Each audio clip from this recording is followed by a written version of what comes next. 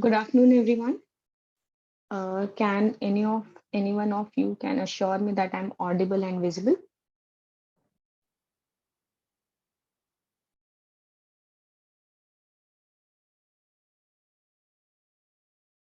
Hello, am I audible?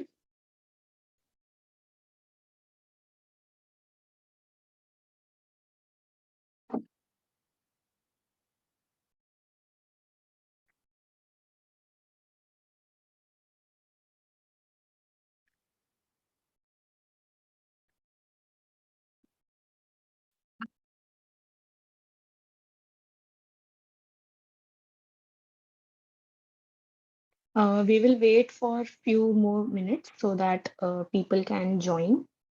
And in the meantime, so how was your week? Learned something good, something different?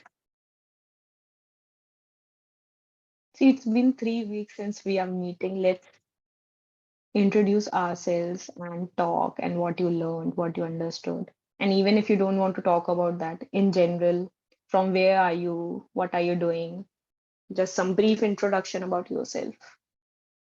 You are most welcome to unmute yourself and talk. And if you're not comfortable with it, just drop a message in the chat box. So let's see from where you guys are and what you guys are doing. Can I have some of the messages in the chat? Thank you, Divya, for assuring that I'm audible. So, where are you guys from? What you are doing? If you are in college, what you are doing? Which program? From where? Let's know ourselves a better.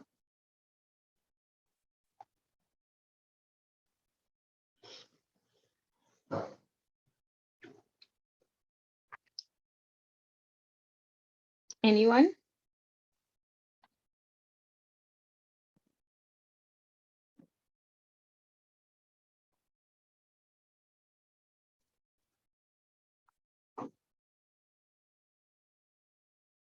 Oh, hi, Divya. Good to know that I have such a diverse audience. Other people also, please drop a message or please unmute yourself so that I know that I'm talking to people. Yeah. Nowadays, AI is very scary, right? So just assure me that you all are people.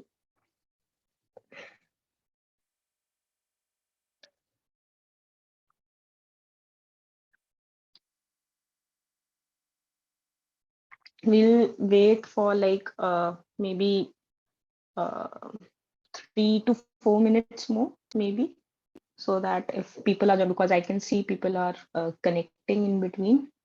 So I'm hoping more people will join and we'll have good discussions and we'll look for previous year assignment 3 questions. So how's the course going? Anyone? Some feedback about the course? How is Professor Mandal's course going? You all are learning something new, understanding something different.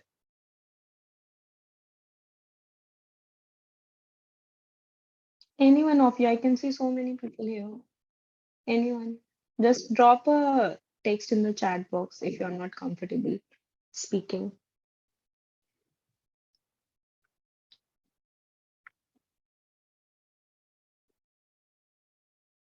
You guys are there, right?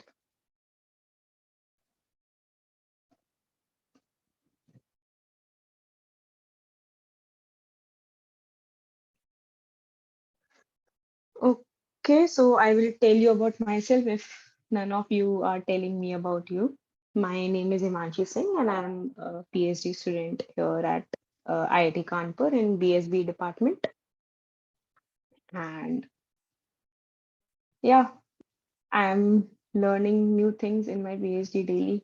So hoping you guys taking this course might give you the same feeling which I am having in my course or degree.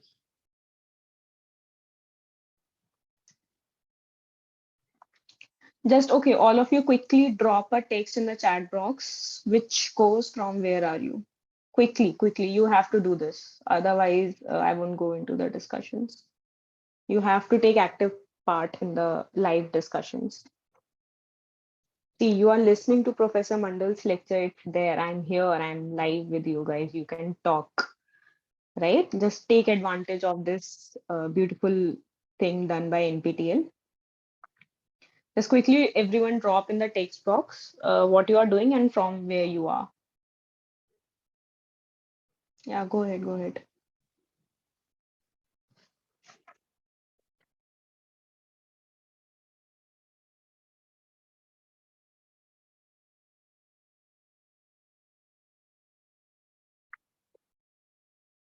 Yes, Divya, you already did. No, you don't have to write again. I'm asking for other people. I can see, I don't want to name call, so everyone, please drop a text from where you are and what you are pursuing.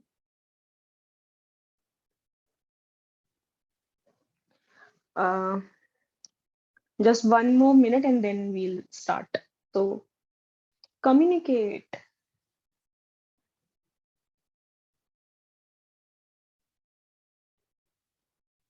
Divyam, right? Oopsie, I'm so sorry. I'm sorry. I'm calling you Divya since then, right? Divyam, I'm sorry. Yeah. Yeah. Hi, Divyam.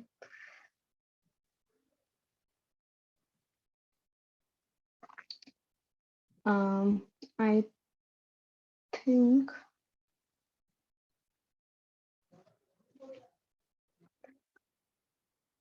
all of you, please drop a text. Just a thing I want to know from where you are. I am intrigued by your presence here.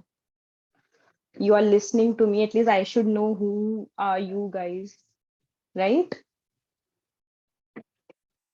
Oh, oh, nice. You both are from same university, Divyam and Roger. Okay, hi. Oh, it's nice to see that I am talking to real people, not AI. Good to see. Just cross-checking and being sure. Yeah, nice. Good. We have many different states. Nice. I like it. Okay. Very nice. Yeah, I think we have some brief introduction. We can go directly into the talk. So you guys are able to follow the lectures, right? I guess week five lectures, currently week five lectures are available to you, correct? You can unmute and say yes or no. Okay, so you guys are able to follow the lectures. So these live sessions, and even today, and I guess every one of you now are aware that we have two live sessions today and tomorrow also. So these are like revision sessions for you, as well as these help you in solving your current assignments. So if you even follow the weekly lectures regularly and live sessions, I don't think you need to prepare differently for the final exam. Okay, this I also want to know. How many of you have applied for the certificate for this course? Just drop a thumbs up or yes in the chat box. Because I guess last date was yesterday for the certificate or exam application, right? Okay, great. Very nice. Okay. Nice. It's good to see. Good to see many people have applied because this NPTEL is providing really good platform for you guys to learn a number of things. I've also learned many different things which were not directly related to my field, but it's just I was intrigued and I wanted to learn. So yeah, okay. Without much uh, ado, we, as usual, are process is that we go back to some of the important lectures of this week. We give some brief introduction, some brief discussions, and I need your guys' help in this so that you guys let me know what you understood from these slides and these lectures. Then we'll dig into the questions for this particular week. So let's go to the first lecture which I'm gonna share today. It is about gasification process. You guys remember gasification? I hope you guys remember. And even if you don't worry. We'll go through the go through the slide so that it will refresh all your memory. So what was gasification?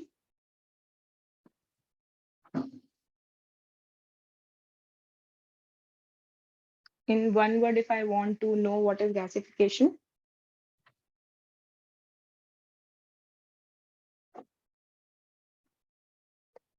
Anyone? You can unmute as always.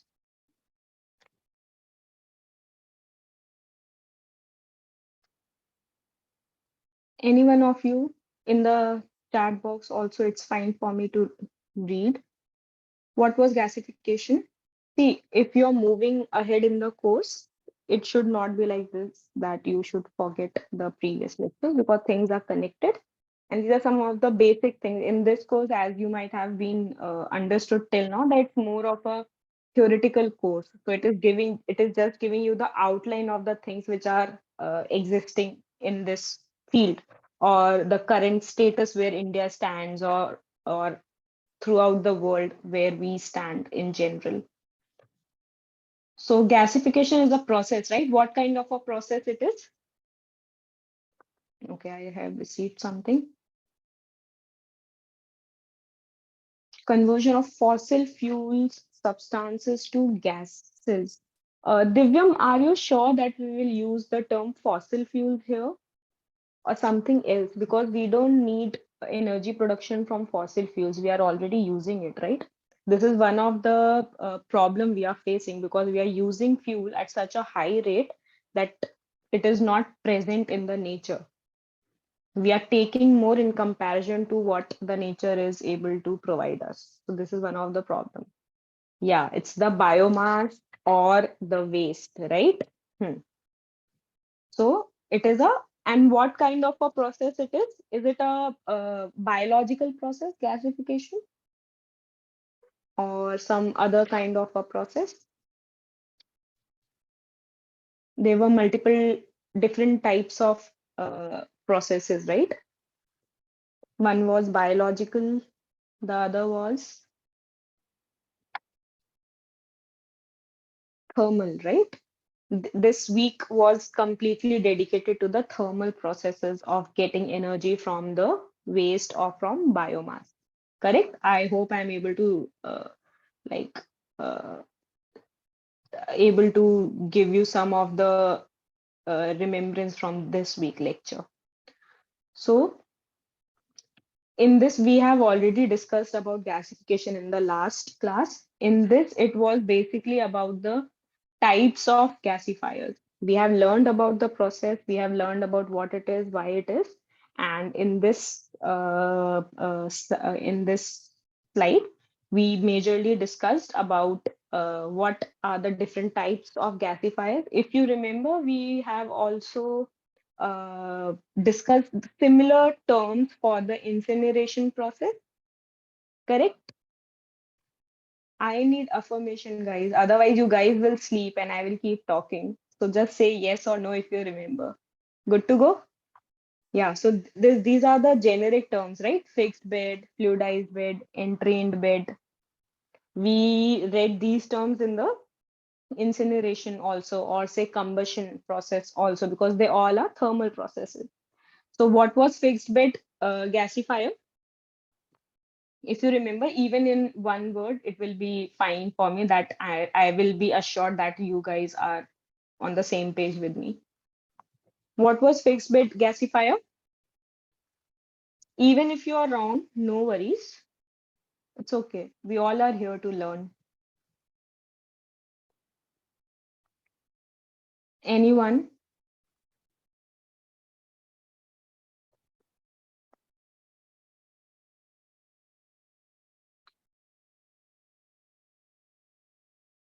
Anyone of you? What was fixed bed gasifier?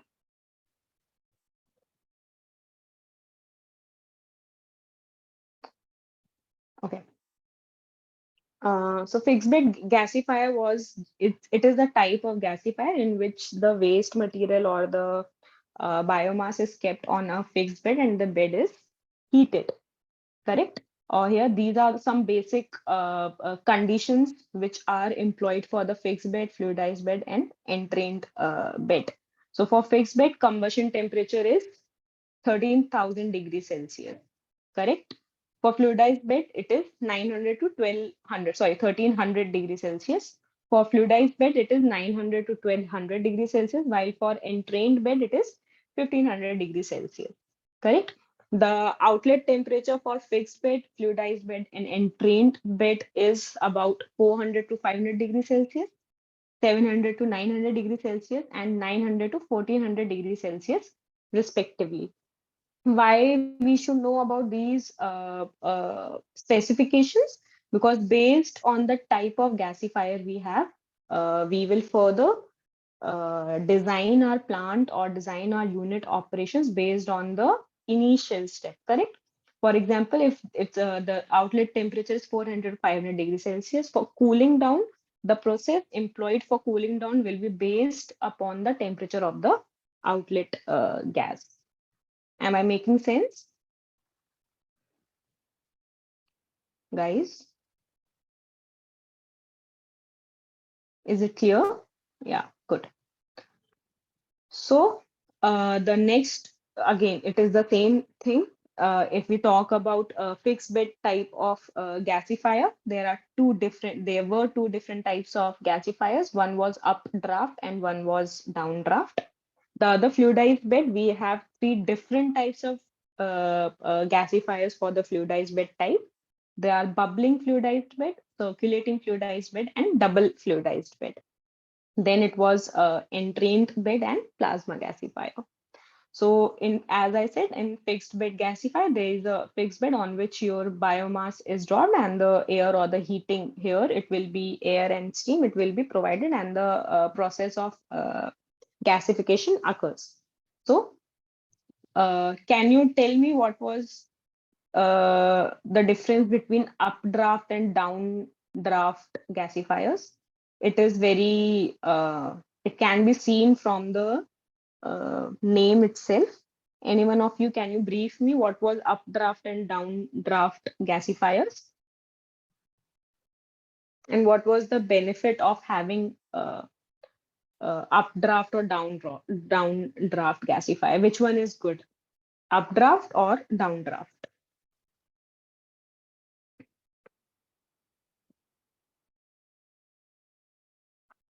Any one of you?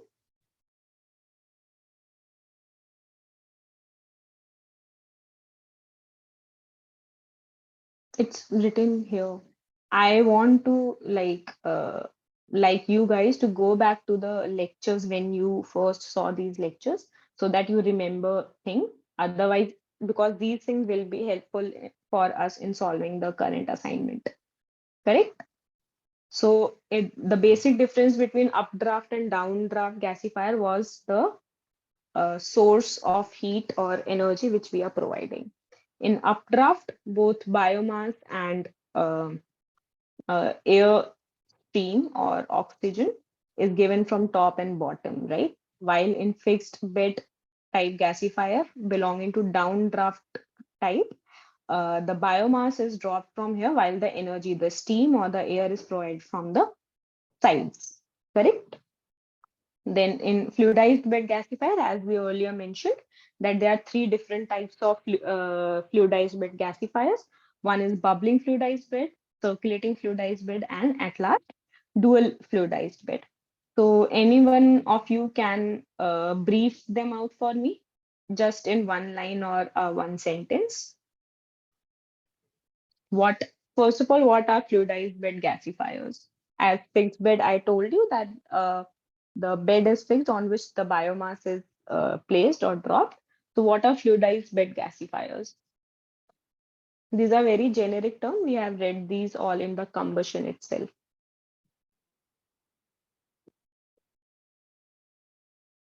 Any one of you?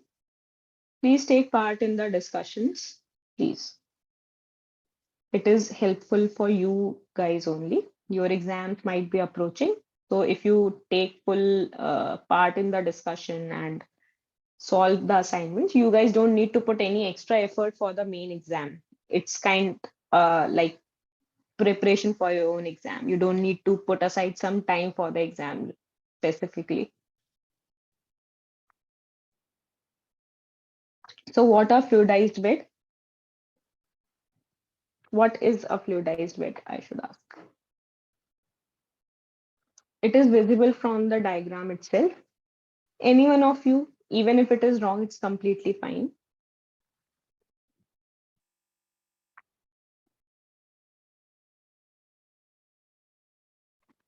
I am audible, right?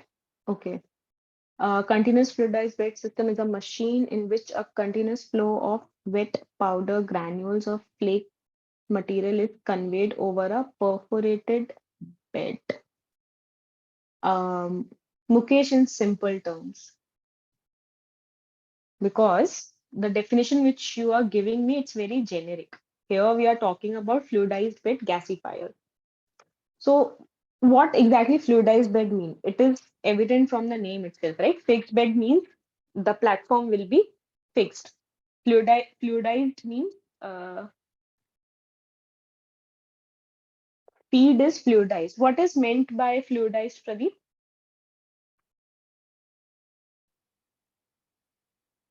Fluidized, from the name, we can somehow get an idea that fluidized means fluid-like, right?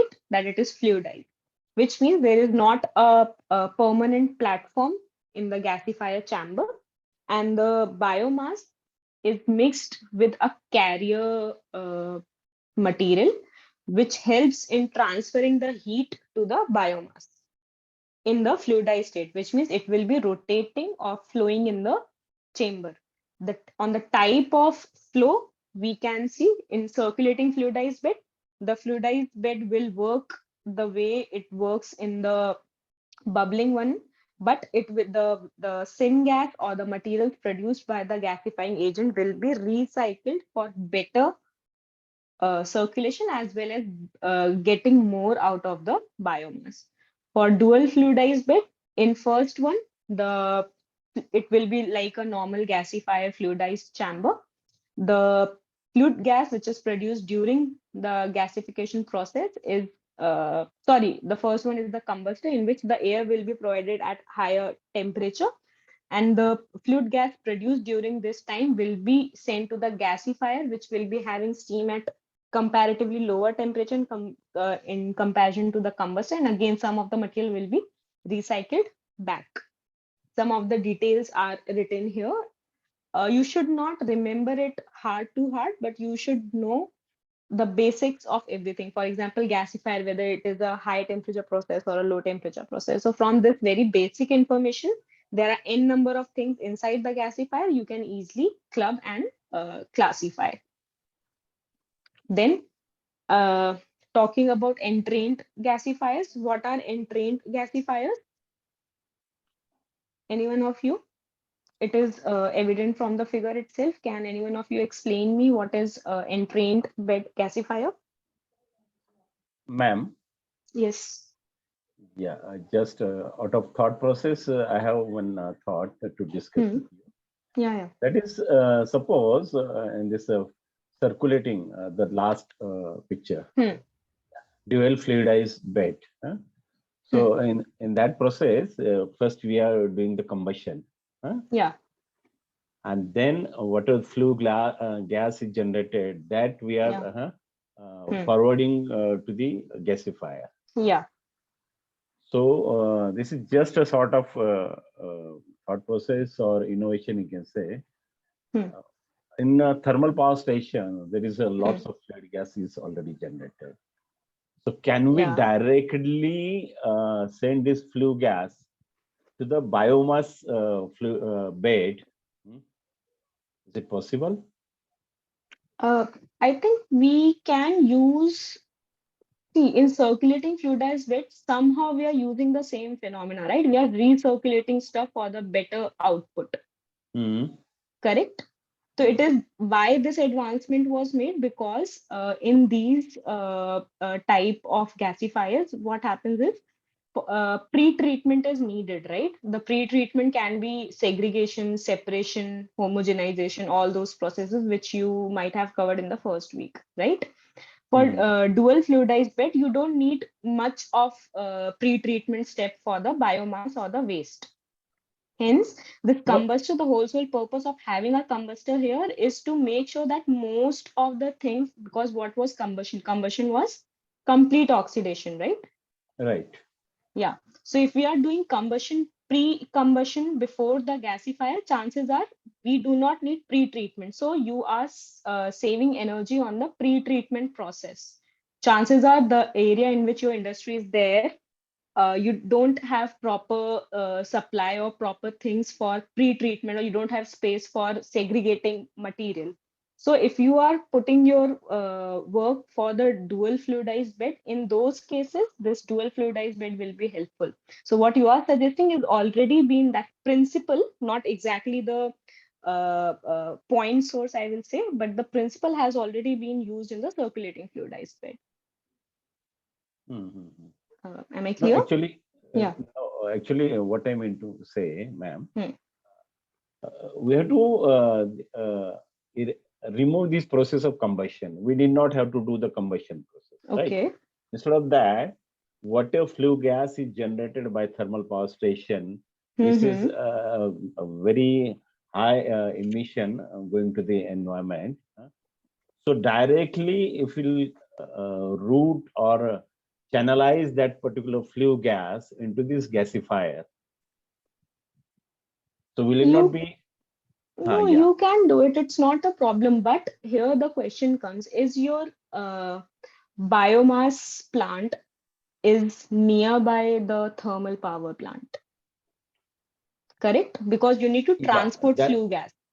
yeah, that Yeah. setup we can do. Ha. Absolutely, you are right. We can Hmm. do just adjacent to this thermal power Yeah. station. Yeah. It can see flue gas here. It is just acting as a energy source, right? Oxygen Yeah, or air yeah, gas, which yeah. we are already using here. Here we are directly providing air. Here we are directly providing air. Here we are Mhm. providing flue gas for the gasifier. So these are Mhm. the inputs. About these sources can be anywhere, right? Right, For right. example, if you are providing this air, it can be directly from the pumps or from the cylinders. Hmm. So irrespective of the source, the process will happen. Same with here. You are just providing energy or the gas for the gasification process. Just the source for the flue gas was used from the biomass itself, that combustion process, that we can combust and provide the energy. Again, for this, you Because do not because need to, because yeah, ma'am, flue gas is easily and available at yeah, free cost. yeah, because There is most no of the cost. processes generate flue gas. Yeah. Yeah. Yeah, it can be done. See, irrespective of the source, the again, I'm saying na, that the basic principles are same, though there Yeah, are multiple principle is same. blocks over a same process, but the basic underlying principle stays same. We need energy for gasification. That energy, it can come from anywhere. For example, you are using combustion here. You can use other, for example, biological process here. Whatever the if a syngas is not syngas necessarily, but if some other gas is produced by a biological method, you can incorporate that output into the gasification. But here you need to check whether the constituents of the flue gas or the constituents of the bioprocess which you are incorporating is enough for the gasification process, because they both are codependent on each other. Is it Mm-hmm. okay? Yeah. Yeah, yeah, yeah. Okay. Ma'am, one more question. Does the flue Yeah. gas contain methane? Yes and no, because it depends upon the, what to say, depends upon from where we are generating flue gas. If air is there, I can say the methane will be there. If you are using suppose oxygen or something, chances are its content will be less. Hmm. Yeah. Yeah. Okay, thank you. Yeah, welcome, no problem. So what was entrained gasifier?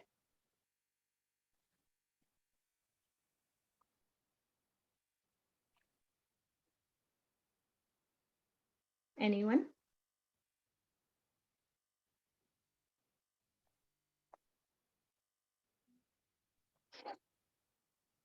It is suggested from the name itself and from the figure. Entry type of gasifier. In this, we are putting both Steam steam, never. oxygen, or air or biomass from the same point source, and then we are collecting syngas and slag. What was slag? Any one of you remember? Like we discussed this, I guess in the last class.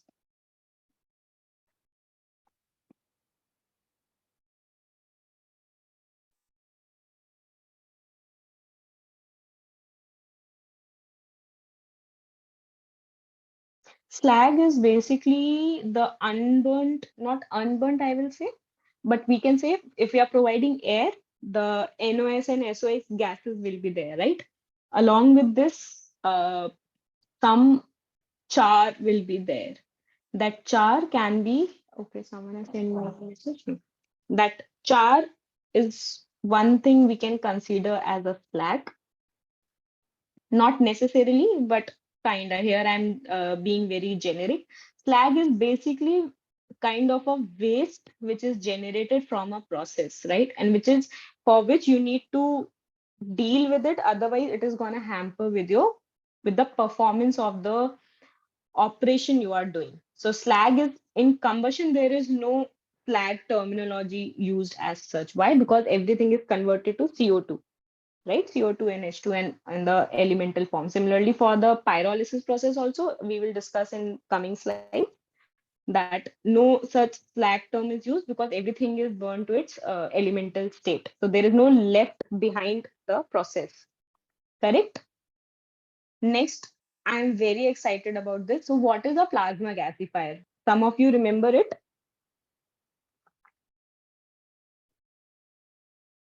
What was plasma gasifier? This is the like latest advancement in the field of energy production in any field. Whatever you are doing, if you are associated with energy production, plasma is being applied. So what exactly was a plasma gasifier? It is seen from here. Some of you, I hope that you guys remember. We will see a short video about it. So I found that video and I was like, okay, it's a good summarizing video for whole gasification process, and especially it was able to explain the plasma process. So first, I want to know how many of you remember plasma gasifier. Otherwise, I'll go and start with the video so that it will help you in understanding and getting to appreciate the process.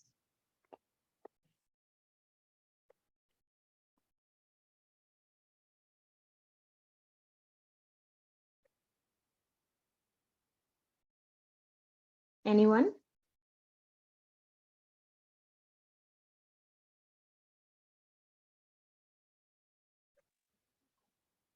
Biomass is heated at very high temperature. That is generalized for pyrolysis, any thermal process. No, but here it is Here, about 7,000 degrees. here the see this high temperature is due to the source. Because of the source, the name comes plasma. So the source here it was in everywhere it was air, oxygen, steam, correct?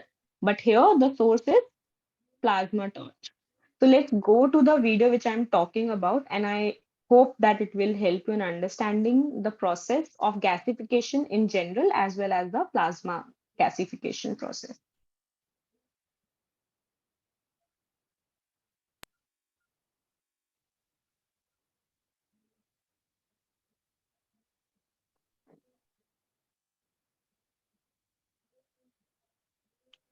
Can you guys see the video? Yeah, it is starting now.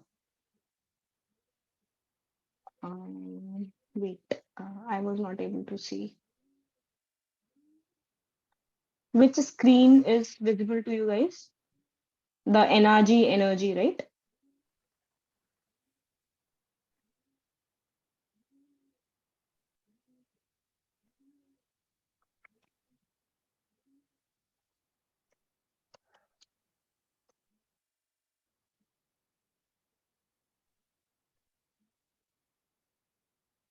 Can you see my screen? Hello? No, still it is not started, ma'am. What about now? No, still no. Okay. I'll cross check.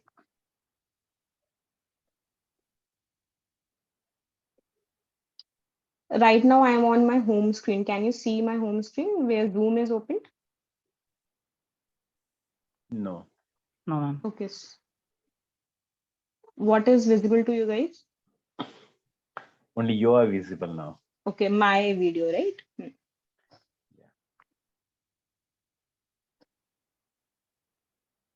What about now? Yeah, now it's okay. Okay. So just let me know whether the sound is audible to you guys or not. Yeah, perfect. Perfect. Beyond solid, liquid, and gas lies the fourth state of matter, plasma. Plasma is ionized,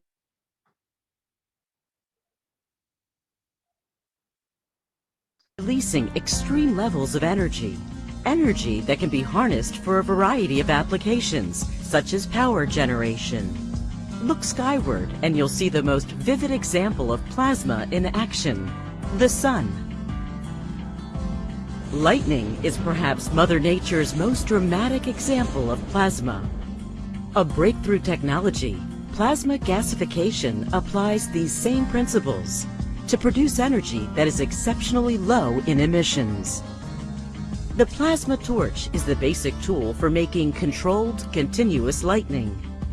Electricity passes from the tip of one electrode to the tip of another. Air exposed to the lightning bolt becomes plasma and releases enormous energy in the form of heat, 10,000 degrees Celsius.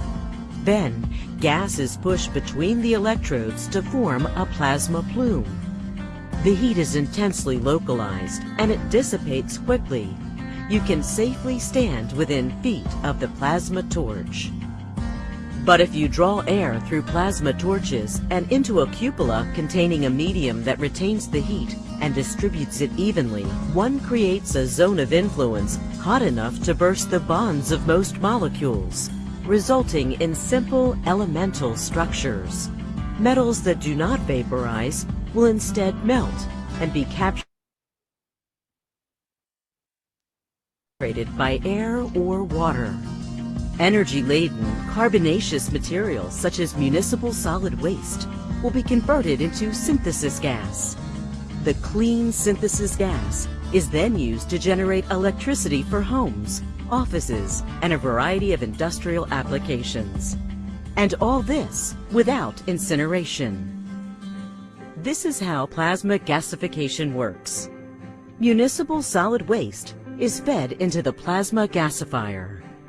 The plasma gasifier has 4 to 6 electric plasma torches that heat air to the plasma state. The hot air is then injected into the gasifier, heating a bed of metallurgical coke and limestone to 7,000 to 8,000 degrees Fahrenheit. The hot gases now in the bed material break down the fuel to produce a synthesis gas, or syngas, consisting primarily of hydrogen and carbon monoxide gases.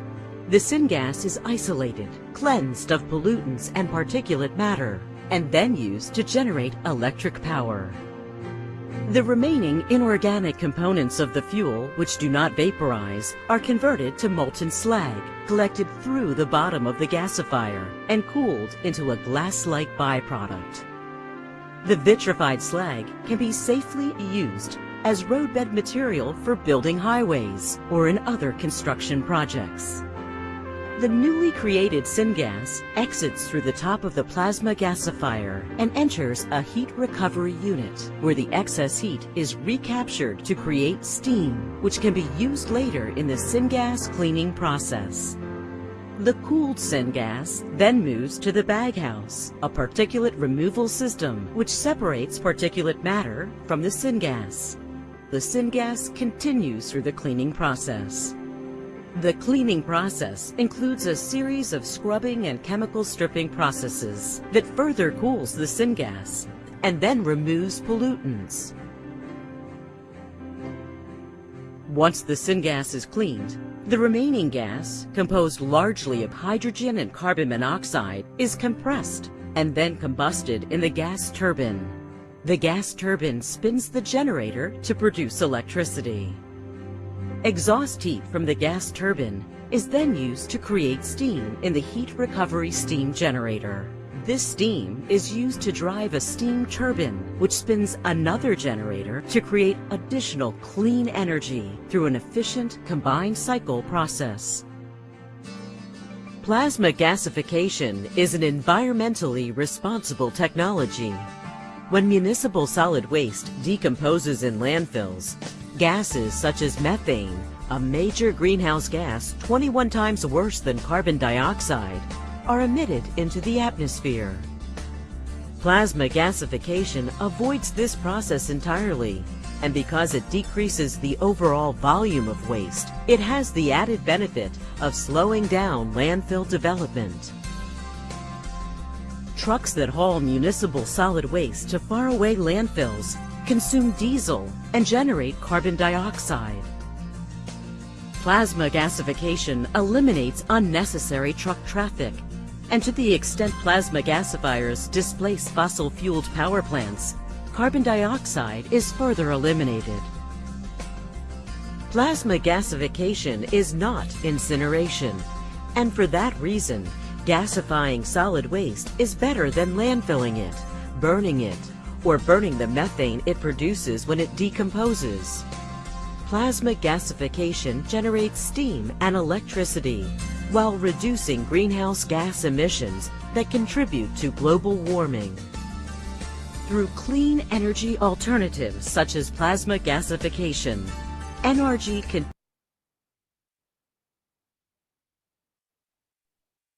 Okay, so you guys understood some, like, did you get some basic idea about things now?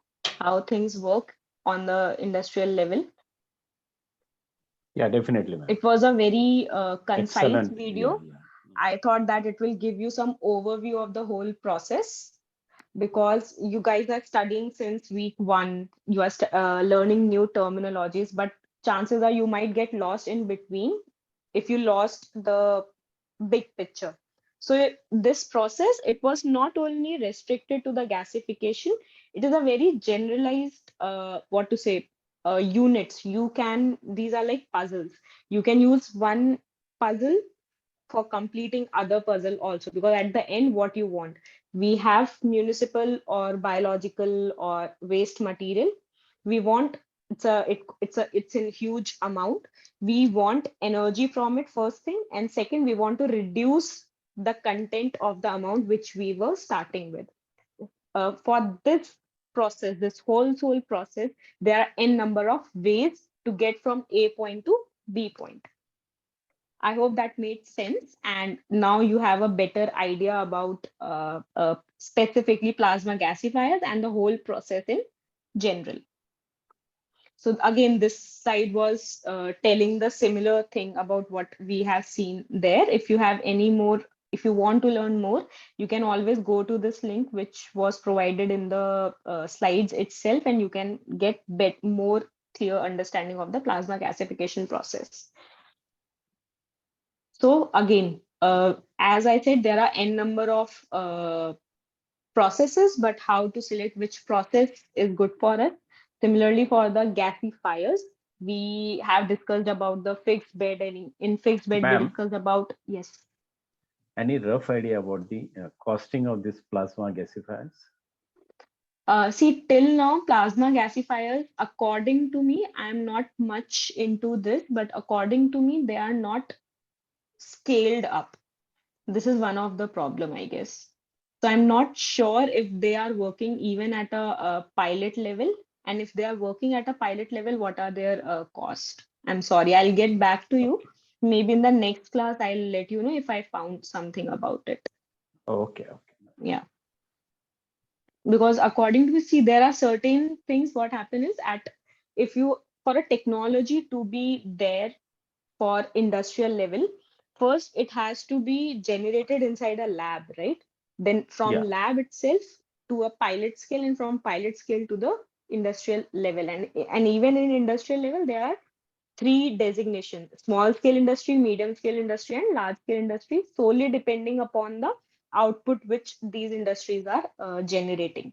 So for plasma gasifier, I think so that it is still at the pilot level, not at the industrial level or even at a small industrial level. I'll get back to you. Okay, yeah, sure. Yeah. So talking about the type of gasifiers, according to the basic requirements and conditions, I guess you all till now you yourself have some idea about which one to use, or even if you don't have an idea which one to use, at least you guys have parameters on which you can put these available techniques and get to know which one suits best for you. So again, it is some of the important licenses for these technologies we can see here. It is just for your general information. And this is the same similar process, but in a flow diagram type, so that you guys can have an understanding on a one-dimensional scale how things work. And I hope that this diagram is now making more sense as we have gone through the video.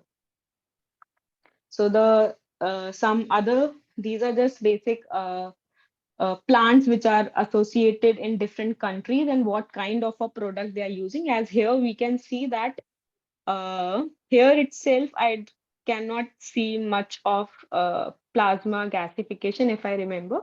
Right. But yeah, most of them are used for electricity production, because this is one of the easiest way to use energy for generating electricity. Then again, it's a basic comparison between gasification and combustion. If you remember, we have discussed the basic differences between combustion, gasification, incineration, and pyrolysis, because they all come under thermo process. So we should have a clear understanding why they are different and what kind of a material they use for uh, generating or getting maximum out of these kind of processes. Then we'll go to this is all about gasification. Now I would like to discuss about pyrolysis. Okay, how many of you remember pyrolysis?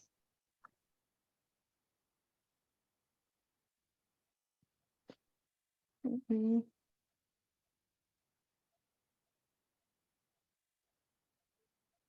Again, pyrolysis is a Thermal decomposition in anaerobic condition. yes. In absence It of oxygen.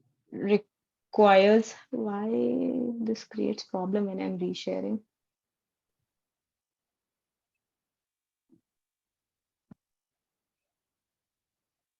You guys are able to see me right now, correct? Not the slides. Yeah.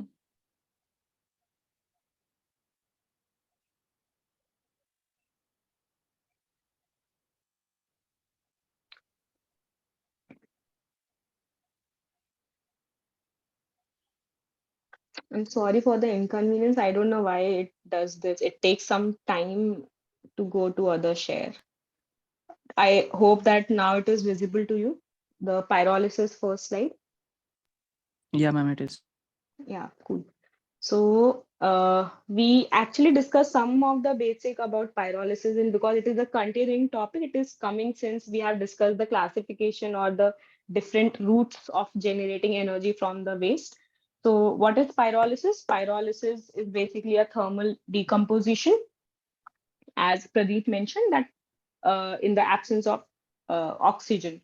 So what happens when we subject biomass or waste material to a high temperature? It basically converts waste material into char, bio-oil, water, and gas. And these gas again depend upon the raw material which we have. If we have biomass, methane will be there. If we have lignocellulosic or hemicellulosic content, chances are it will be rich in CO and CO2 type of constituents.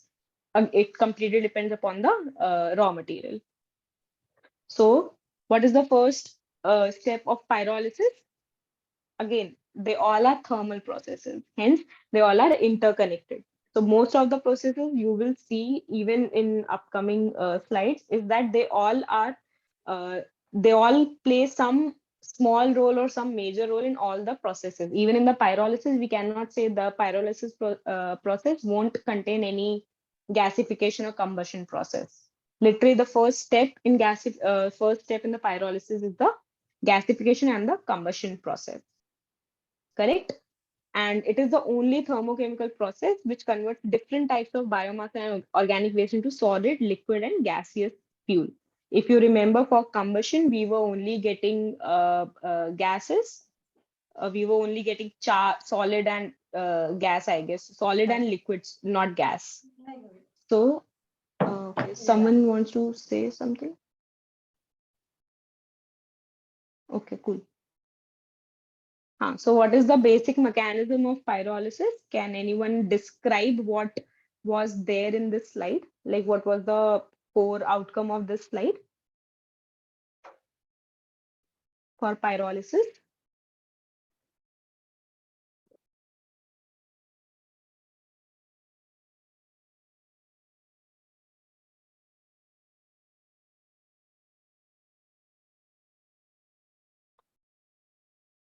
Anyone? At least describe me what is on the slide, because these are very generic terms. We are learning about these terms and terminology from the first week itself.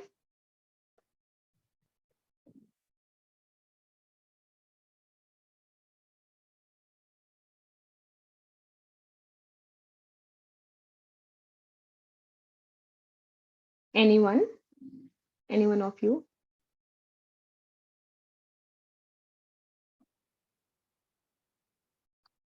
Yes, Divyam, correct.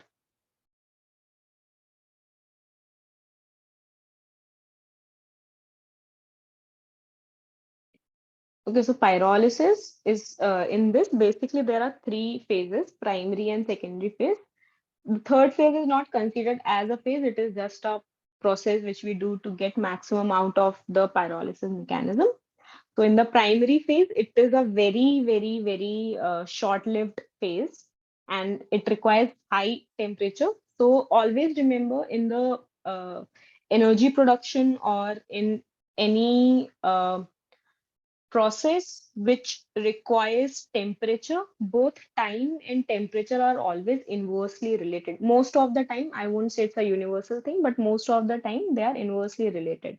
What do I mean by inversely related? I mean, if you can subject the raw material at a higher temperature, you can compromise with the time.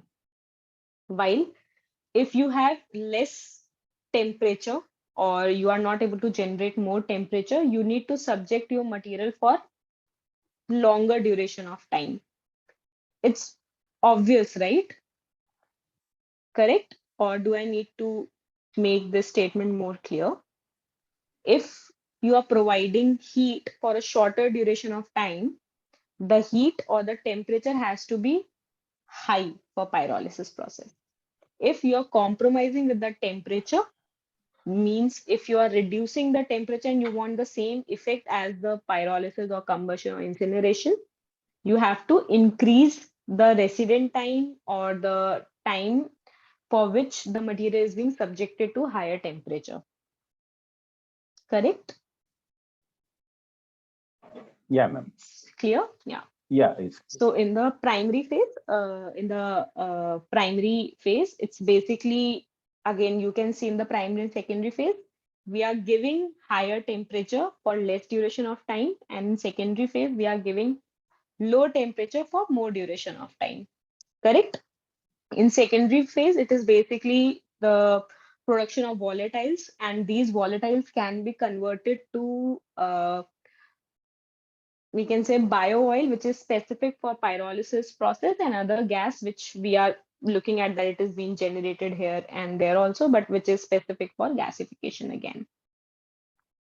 And how we say these products of char, gas, and bio oil, how their constituent will depend on what?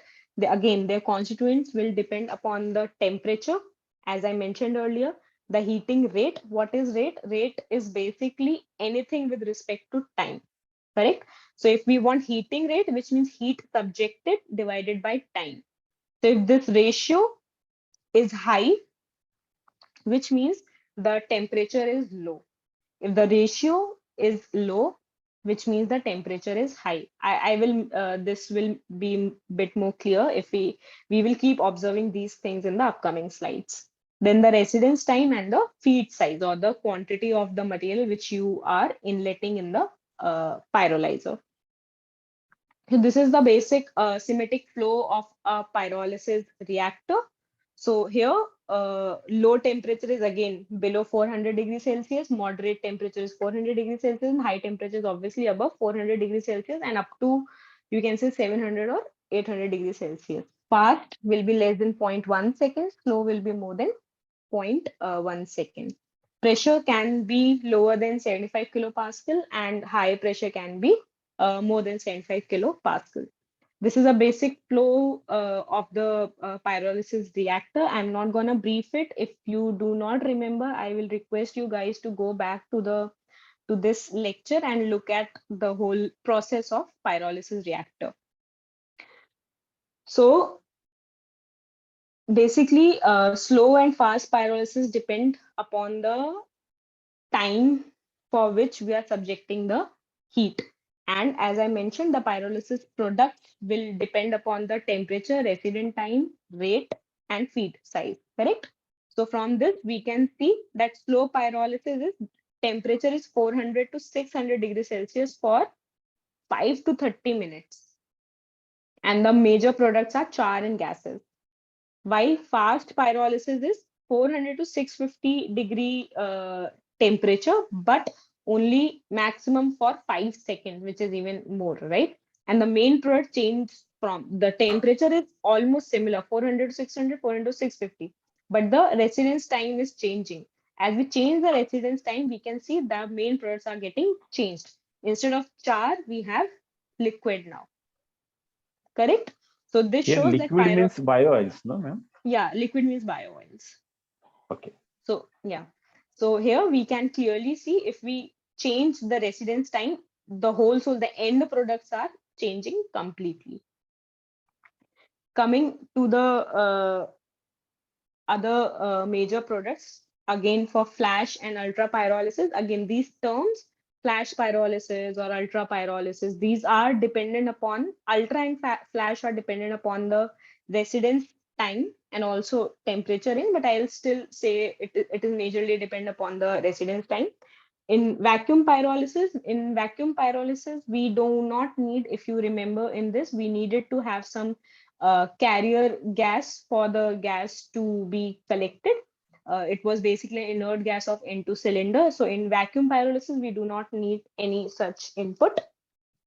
And then we have other processes. This was the relative proportion of the end products in pyrolysis of biomass. So as I mentioned that if you change conditions, here we are particularly talking in this graph, we are particularly talking about the temperature. So can anyone interpret this graph for me, please? It helps in your statistical analysis abilities also, because chances are there might be certain questions in which it will give you the data in the graphical format, and you need to interpret what the graph is trying to tell you. So any one of you can summarize any of these units, even either a biochar, bio oil, gas, or water. Any one of it. I just want some participation. Yeah, ma'am, as per my understanding, the biochar production gets more biochar at low temperature.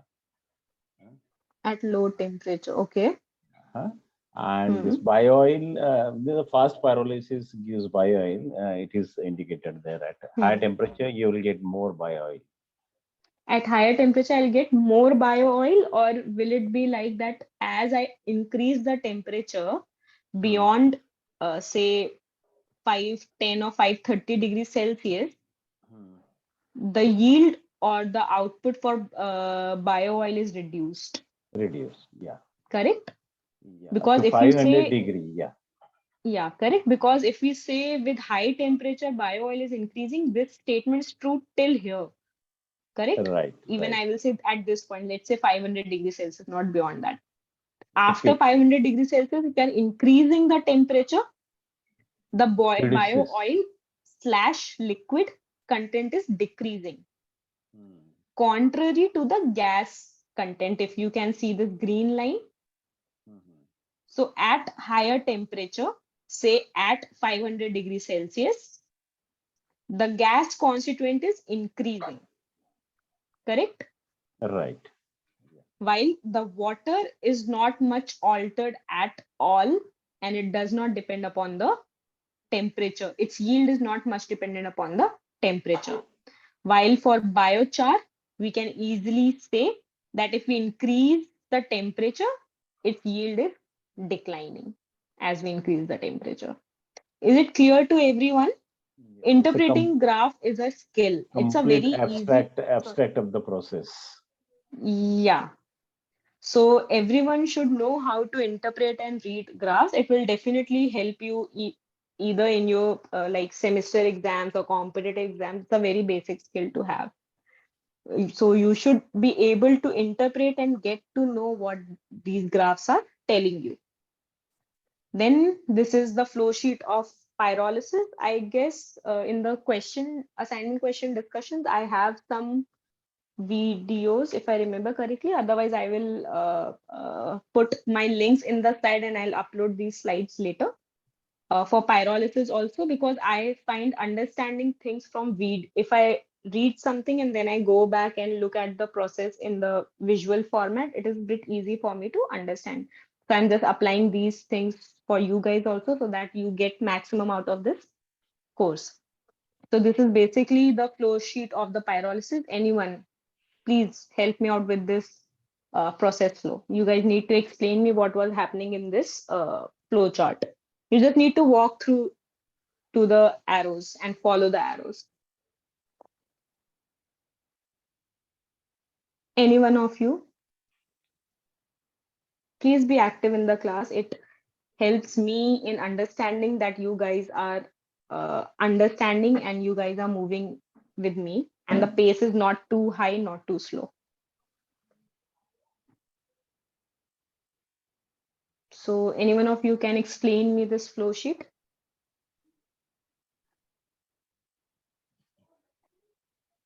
Yeah, pre-treated biomass is forwarded to the pyrolyzer. Yeah.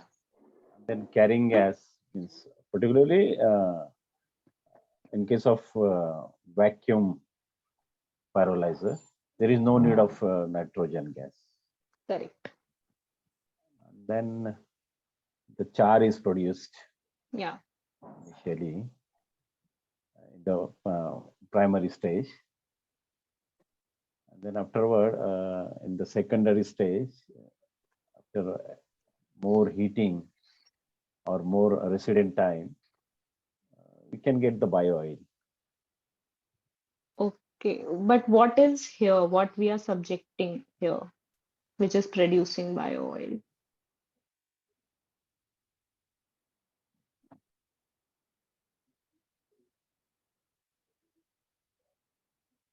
That It is the like, gas, right, which this nitrogen carried, yeah, correct? So that gas is being condensed because gas is in a gaseous form. So if we condense it with a cooling water, we can easily take the gas out and then we can dispose the cooling liquid, obviously given the guidelines for it, and we can have the bio oil with us.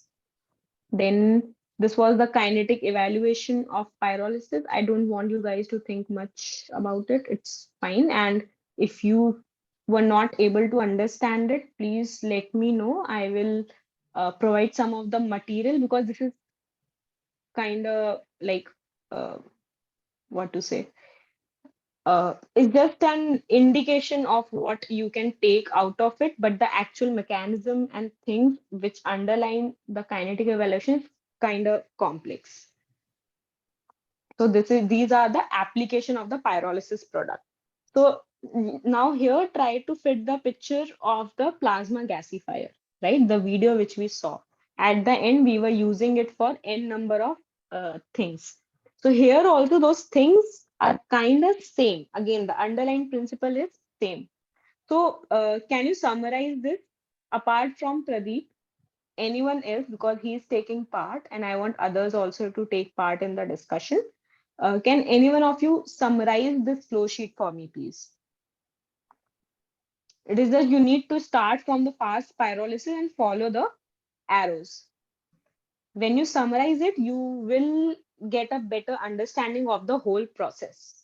Because me explaining to you, Professor Mandal explaining it to you, they are doing the same thing. Until unless you are taking part, you are not getting a deeper understanding of things.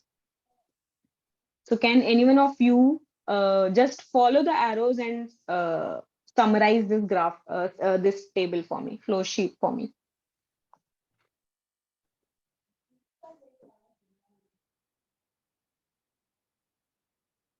Anyone? Divyam, Yogesh, Abhay, Mukesh, anyone of you? I will help you out in the between if you are getting stuck.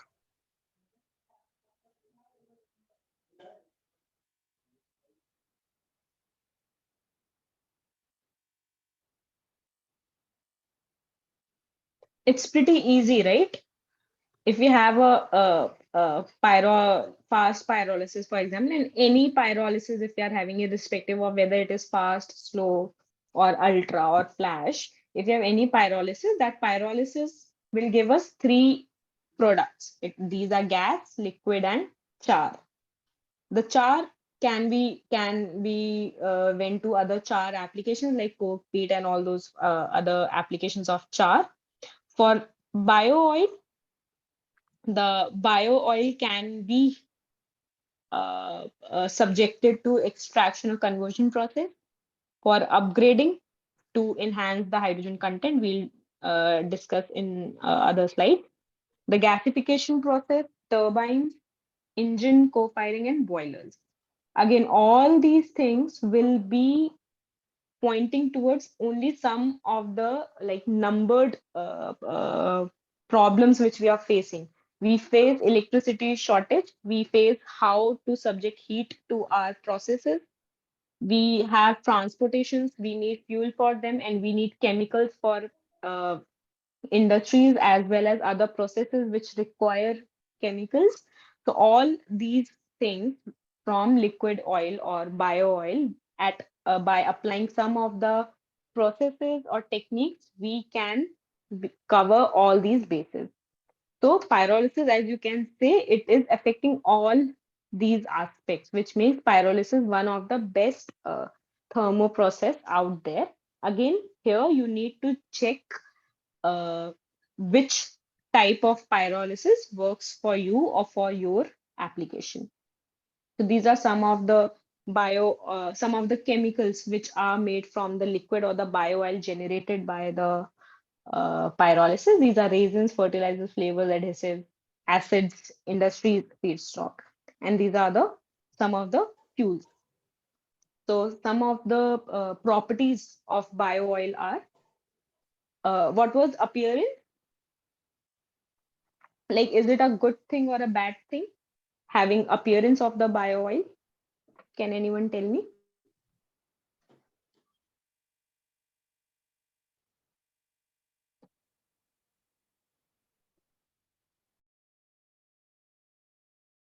See, it depends upon the application, correct?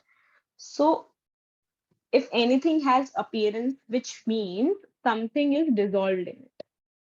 If some commodity is dissolved in it, so if you want to burn it, chances are you will end up with some slag slash char slash other waste materials which you do not want.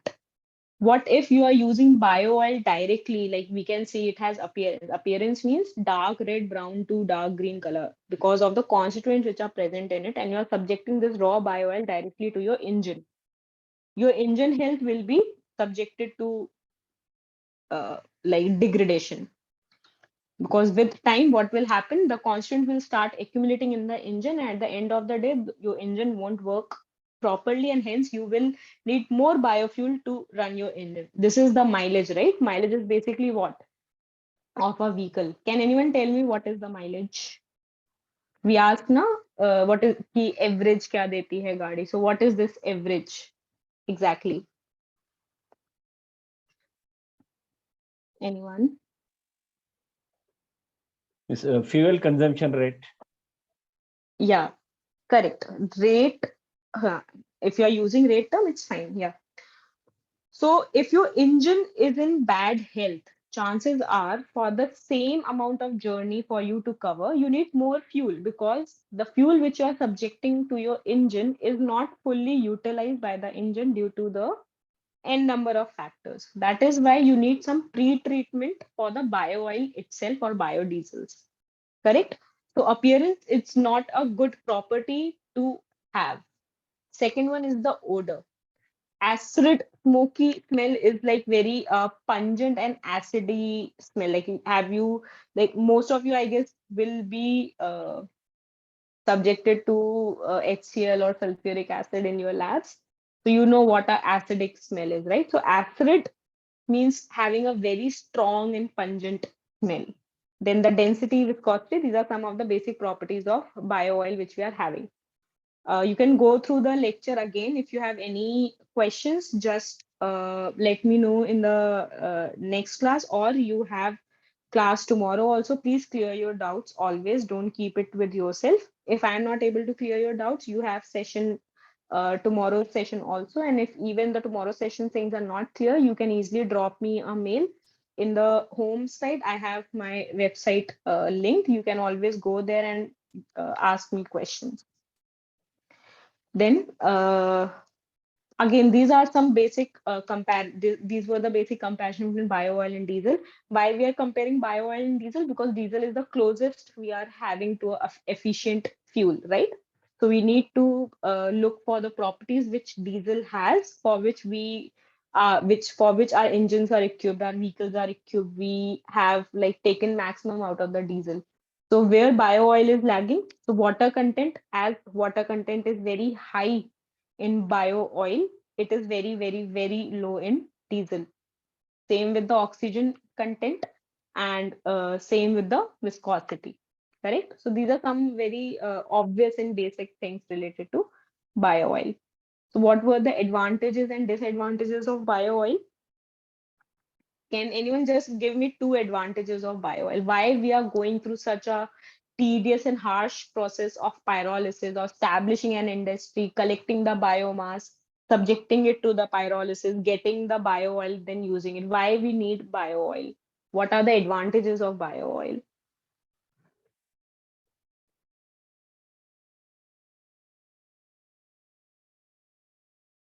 It's written on the screen itself. Just give me one or two advantages of bio oil. According to me, the first importance of bio oil is that it is a product of a waste material. The waste which was supposed to be subjected to landfills, and we were having difficulties in handling such a big amount of waste, we created something out of it. So for me, it is the biggest advantage. So for you guys, what can be the biggest advantage of a bio oil? Ma'am, actually, I need some explanation regarding this carbon neutrality. How it is carbon neutral? How it is carbon neutral? Here, carbon neutral is, I think you might be thinking it in terms of burning, right? That if we burn bio oil, it will release carbon. So how it is carbon neutral? Correct? But here, the carbon neutrality is based upon the process through which it is generated. If you make a biodiesel, it is from petroleum based or fossil fuels, right? So they will generate carbons. But the process through which the bio oil is being generated does not contain create hazardous gases, because we are using it. So it is not that you are burning it and hence it is not giving any carbon. Yeah, got it. Thank you. No problem. Anyone else? What according to you, what hit you? Okay, that this is the obvious advantage of bio oil. We should have bio oil.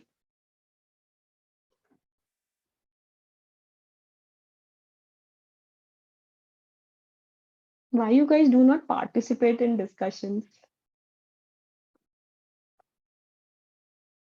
I can speak in if in Hindi you are comfortable. I don't mind at all. And even if you are comfortable in Hindi, please go ahead. You can. There is no issue with it. Ma'am, what is the shelf life of this bio oil? Shelf life. Ji. Shelf life of bio oil depends upon the processes for like which you have subjected to them. Like here you can see, right, that the bio oil, either you can extract, you can upgrade, you can gasify, or subject to turbine engine co-firing boilers. So these are the processes for which you can subject bio oil. So extraction conversion, it will basically remove the impurities and hence enhancing the shelf life. For upgrading, it will basically reduce the oxygen content and enhance the hydrogen content, hence the portability will be high. So it depends upon the process which you are subjecting the bio oil to. It is not a No, generic. I'm Yeah. asking about the crude bio oil. How long Crude will bio oil, yeah, I'm not sure about it, that what exactly, like, I cannot put a number on the shelf life of it, but because most of the time what happens is these bio oils are not stored. They are immediately consumed? instantaneously subjected to other processes, because at the end, if we are storing bio oil, because bio oils are not providing any raw material to any other industry. I hope that I'm making sense. If it is making a raw material for any other industry, then we need to work on the storage of things. But bio oil itself is a raw material. So we need to process it to get these things out of it. So I don't think that we use store bio oil to such extent, but I'll get back to you and I'll cross check whether if any particular number is associated with the shelf life of bio oil. Sure, ma'am. Thank you so Yeah, much. Yeah. yeah, no problem. Okay, we'll move ahead. I guess we have enough time for discussing questions. These are some of the disadvantages. These are the, again, oil upgradation. As you can see here itself, that again, raw bio oil is not uh, as such directly used, but we need to perform some of the upgradations methods by using physical method or chemical method. And these are, it's some of the key aspects associated with these methods. Again, it's a catalytic pyrolysis. I am not going to go too deep in it. And if you want to understand it, I will highly recommend you to go back to the lectures, which Professor Mandal has already spoken about. So I think I won't be able to discuss the next slide because as none of you are much interested in it, I will quickly go through it without discussing much, and then we'll jump to our questions. Okay. Okay, again, it will do the same thing. Madam, again, a small question. No problem. Go ahead. Yeah. Yeah. Regarding the this costing of this pyrolyzer unit. Suppose a small capacity means hardly, suppose I have to process 1 ton per hour. So what could be the cost? We will get your answer in this slide.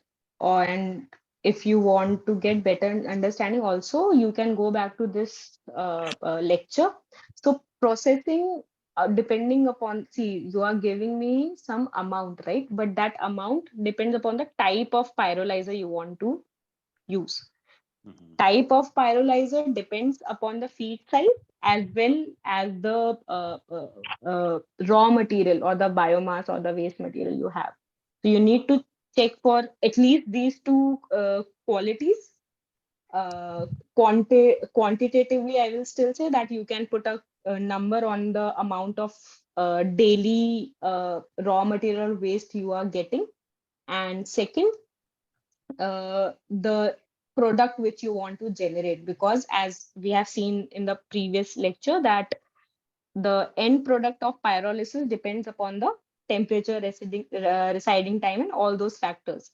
So Right. what you want bio oil, you want gas, you want char, you want gases, other gases. So it depends upon those things, and those things further will depend and will help you in selecting the pyrolyzer which you want. We will discuss some of the pyrolyzers here. So I hope I will be able to answer your question by the end of this slide. Oh, yeah. Yeah. So in this slide, we basically discuss some of the important pyrolyzers. As we can see, first three again, they are common in all the thermal processes: fixed bed, fluidized bed, circulating. Some new terminologies were there: ablative, rotating, vacuum, screw, all these things, right? So we will go quickly through them, and we'll see what makes them special. So a fixed bed pyrolyzer or a reactor, again, fixed bed will be same from combustor to incinerator to pyrolyzer to gasifiers, correct? Fixed bed means fixed bed. So these are some of the advantages of fixed bed pyrolyzers, and yield is given here. So 35 to 50%, which I will say medium yield for for the fixed bed pyrolyzer. In fluidized bed, again, the fluidized bed means the fluidization which we have discussed for the gasifier, it won't change. The particles need to be small, and all those things which we studied about the fluidized bed will still apply in the pyrolyzer also. Then for fluidized bed, we can see it's a high yielding type of pyrolyzer, correct? So mode of heat transfer is conduction 90%, which is obviously because we are using some carrier or limestone or sand for conducting the heat to the material, then convection and radiation. Coming to the circulating fluidized bed, again, circulating basically means that you are pyrolyzing, then recirculating some of the material for getting maximum out of it. Again, the yield is around 70 to 75% for this. Then ablative reactors, it's a new terminology for you guys. At least we haven't discussed such term till now. So ablative reactors, they have a hot plate or a hot surface which is rotated, and waste material is put on it to get the uh, uh, to get gases and liquids and whatever we are doing. So the yield is around 70%.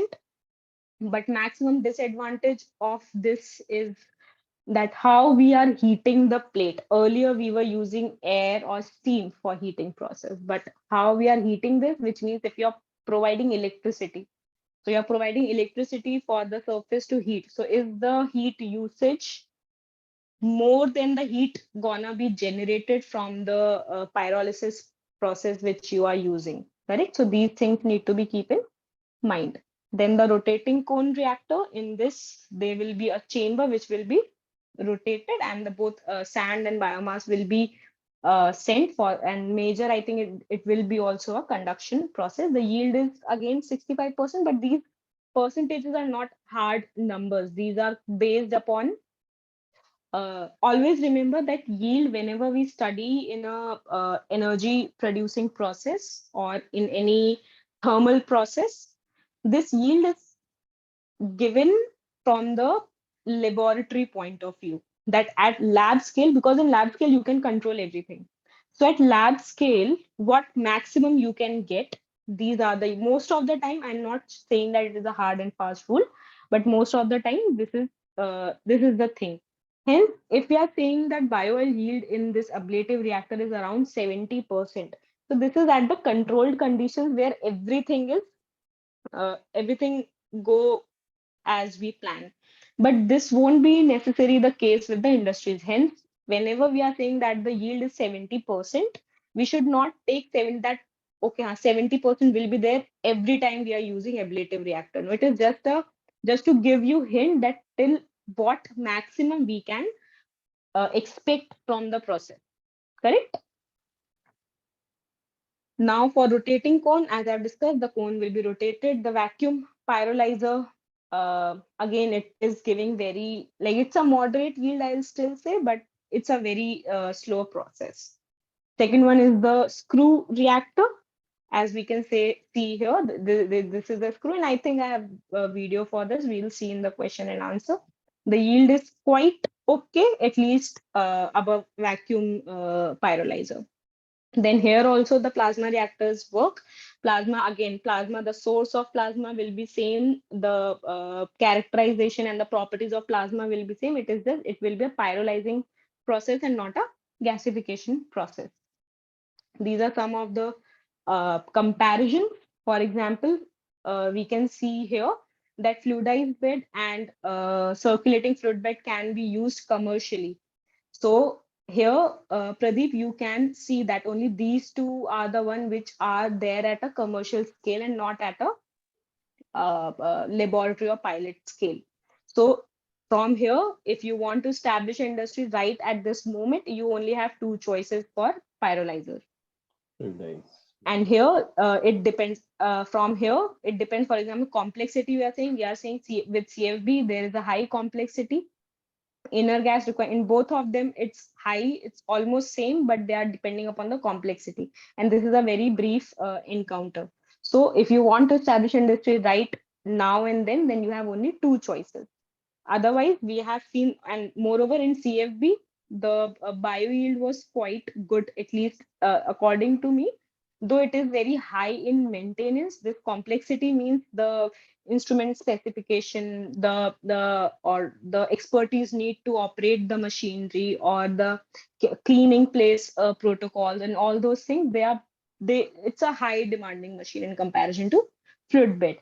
Now again in fluid bed, as we have discussed, there are different types of fluid bed also. You have to go back to that hierarchy. So I hope that you should keep the bigger picture always in your mind and then go for the things. Then these are some of the processes. Again, it was just for your general information that what you can expect from an industry. For example, in Canada, we are generating with the capacity is 70 to 700 kg feet per hour, right? In this, and they are using this majorly for the fuel production. That's it. So from this also you can get an idea that if you have such feet per hour, 70 to 700, what major processes are already existing in the world and from where you can learn and adapt. Again, these are some like continuing things. I don't think we need to discuss much about this. This is the application of char because this is one of the end product of most of the thermal processes. So we should also have some of the processes or applications in place to handle the char. These were some of the basic applications, and I think we can go to the questions now so that it will help you in your current assignment.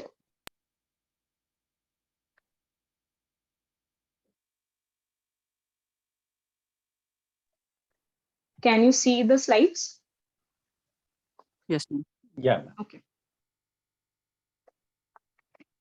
So, okay. So first question is, the Selexol process uses Selexol solvent, a physical solvent which is made of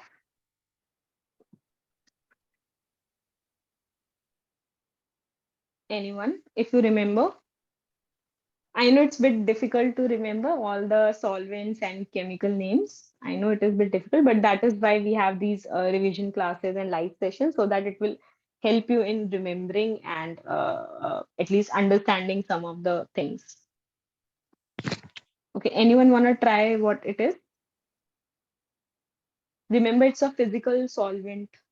So physical method for which we have studied. What kind of a physical chemical, if you remember anything? Okay, I don't think so. If you have gone through slides recently, then you might remember, but give it a try. Okay. Okay. Yeah, correct, Pradeep. I think it's dimethyl ethers of polyethylene. Yes, correct. The answer is dimethyl ether. And where it was used, if you remember?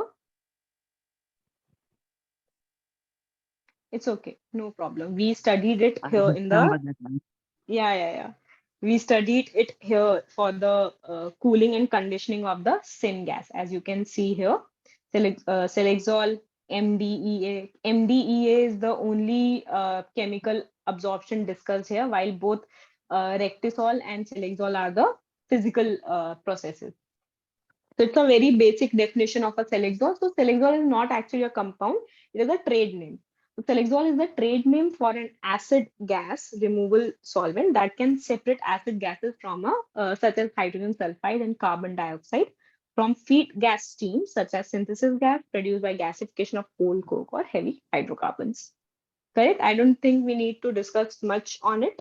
The only thing is that Selexol is a trade name. It's not the name of the component itself, but it has units and it is majorly made up of dimethyl ethers and of polyethylene or glycol, like DEPG basically.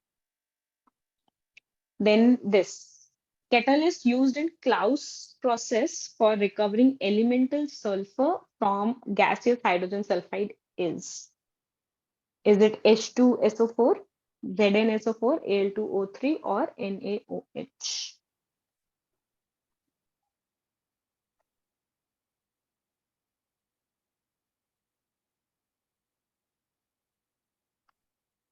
Anyone? If you remember anything about Claus process where we have discussed, not today because yeah, I haven't discussed all the lectures, but it was discussed in week 3rd lecture. Yes, okay, I'm receiving some answers. Okay, 1 or 2 more answers, and then we'll go back to the answer and we'll see some. It's a very small video about the Claus process. It will help you in understanding the exact Claus process and will give you a little bit of clear understanding of the whole process.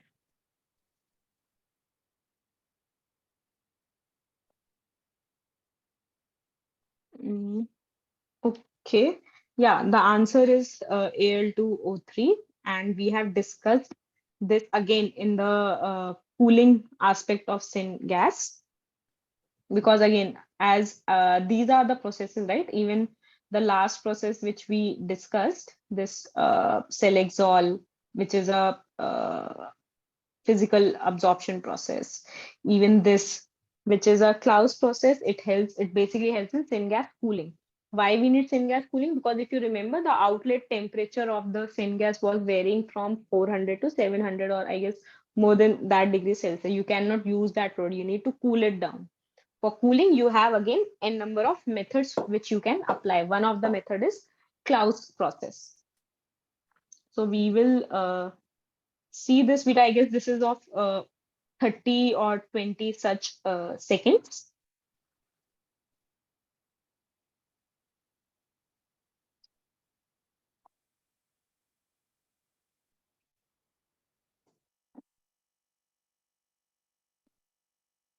Just give me 2 minutes. Yeah.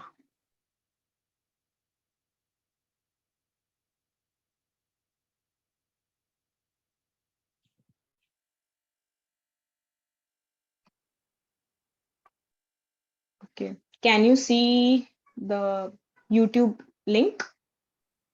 Yes, ma'am. Okay. Let me know if you are able to hear the sound also. Yeah, ma'am, it is audible. Inside the Claus kiln, there is a refractory bed on which 3 consecutive layers of catalyst are placed. Then product of combustion, process gas, pass through the catalyst layer of the furnace. At the bottom, the Claus kiln is connected with waste heat boiler. The waste heat boiler is a shell and tube type heat exchanger. From the tube side of boiler, the process gas is passed and the shell side is filled with boiler grade water.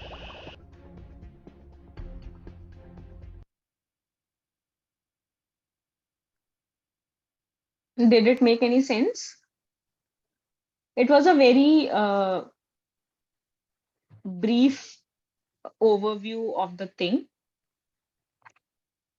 Correct? Because I don't want to waste most of the time in showing the videos. I will show you videos when it makes more sense and helps in making your understanding a bit more deeper.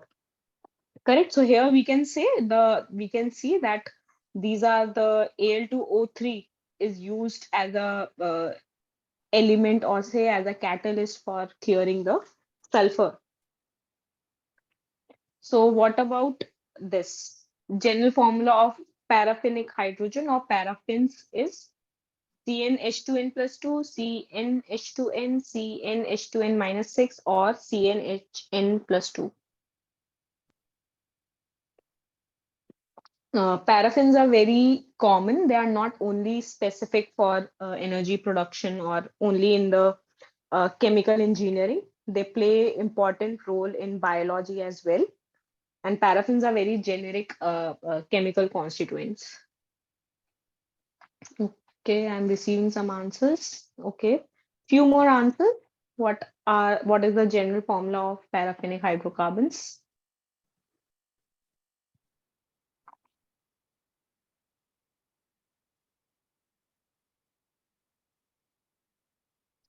Few more attempts.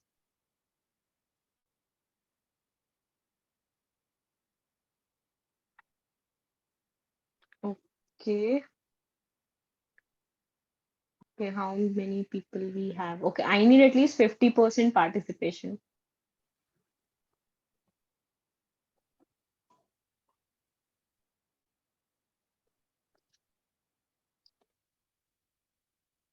Okay, this is very general thing. So paraffins have a general formula as CnH2n plus 2. And if you don't remember where you have studied this, you can go back to the Fischer-Tropsch synthesis. And we can look at this synthesis again in a video format because it will help in your understanding again. And it's a very small video. And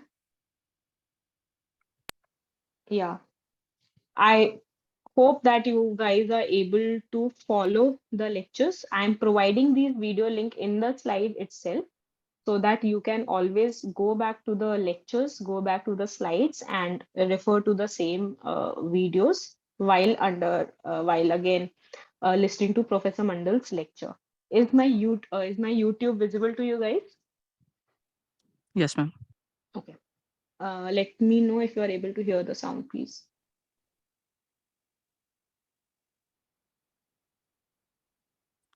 No, ma'am. Sound is Okay. not. Oh, yeah. There is no sound in this video. It's okay. My fault.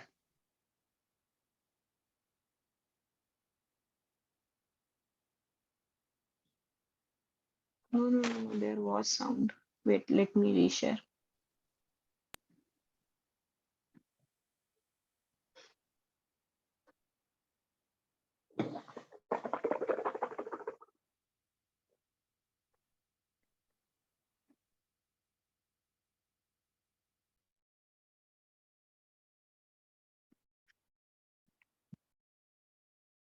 See, I'll move because I don't think so the sound is getting shared to you. I will pause this video simultaneously so that you can imbibe whatever because all those things which is mentioned in this slide, you have already studied it. Okay.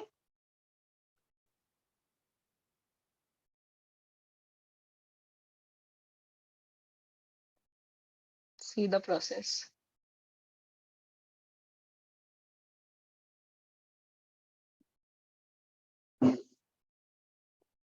These are your products.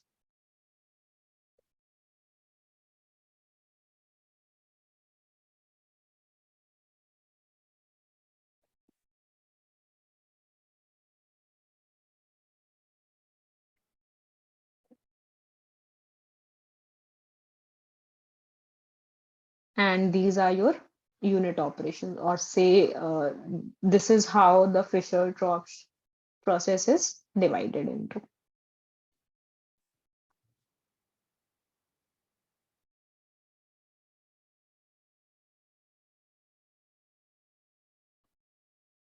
Cool. We'll go back to our questions.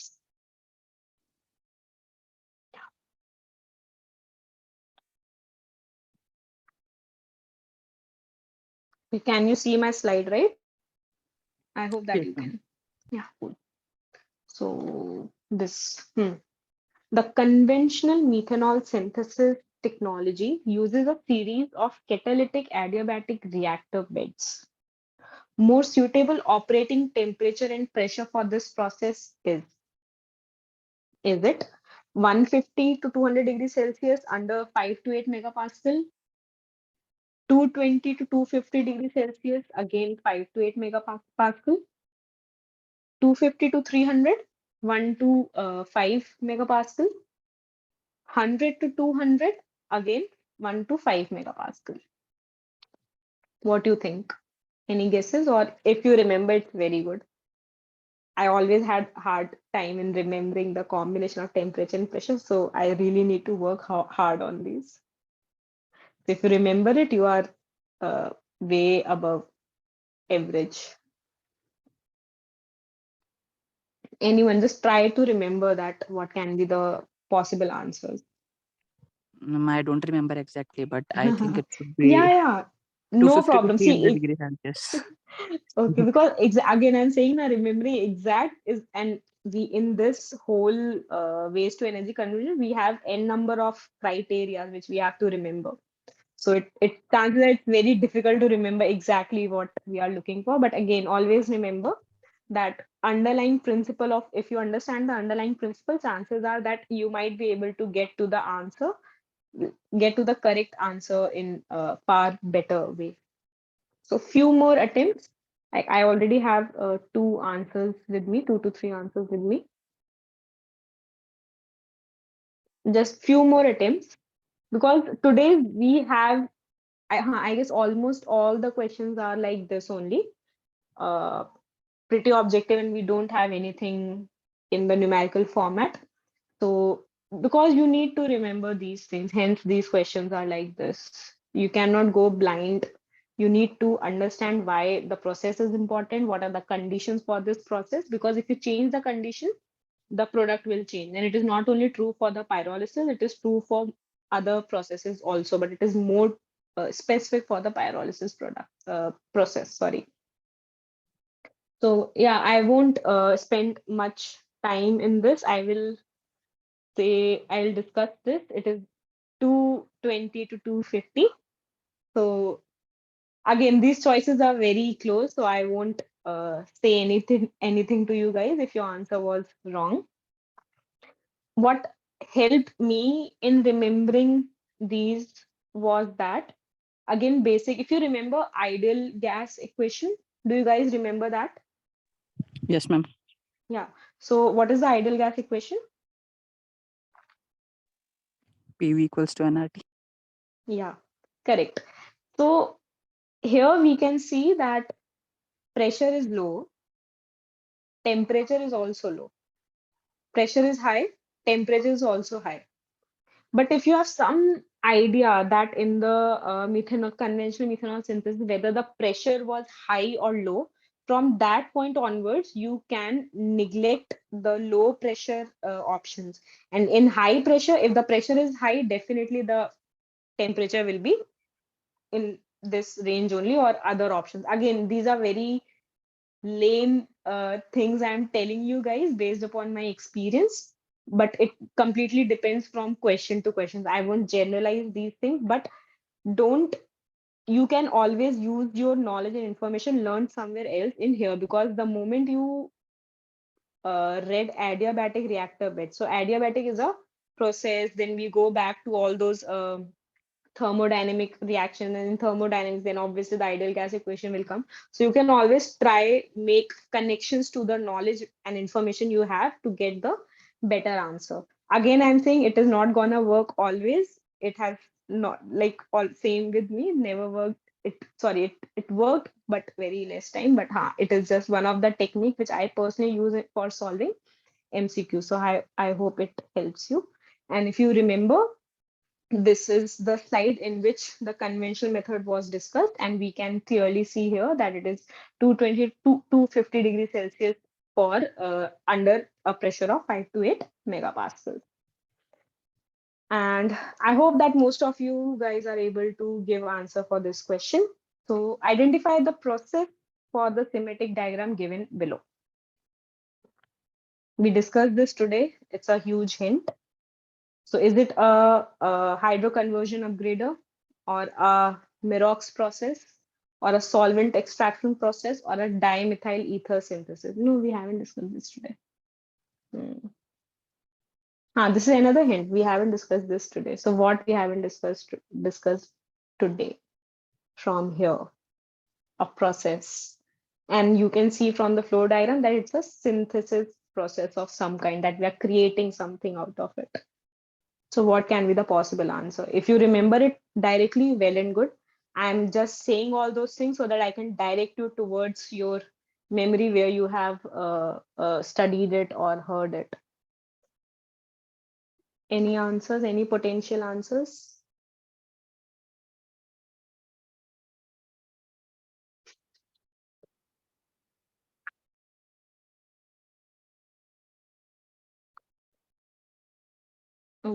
Okay, yeah, I have one answer.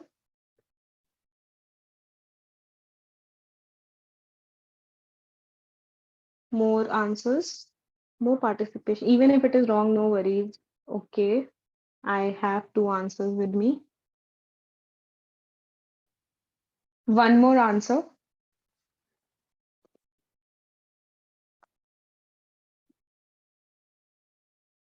Just use your common sense that we are inletting biomass, correct? The answer is written in the figure itself.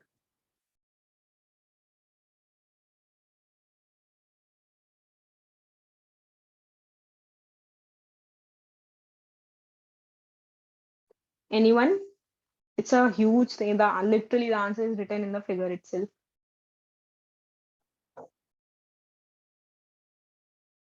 Okay, without spending much time, obviously the answer is dimethyl ether synthesis. We can see the DME is clearly written here. So you can get the idea from this slide from Professor Mandal that what was DME, since we haven't discussed it today, but as I said, I won't discuss all the slides. You can always go back to the lectures, and if you have other queries and some doubts, there is always another live session waiting for you the next day. You can always clear your doubts there. So it was a part of DME synthesis, which is a bio oil. Okay, bio oil, or you can use it as a, what to say, it's just a chemical compound having ether, like CS3O. CS3 is the chemical nature of DME, correct? And it has many industrial applications.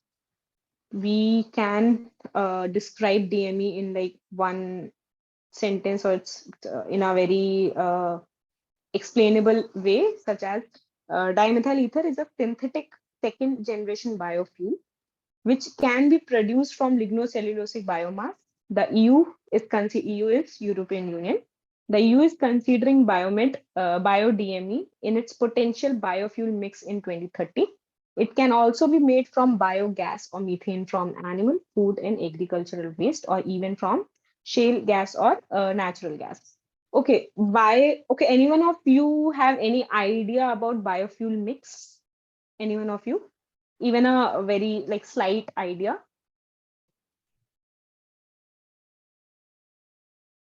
What is biofuel mix?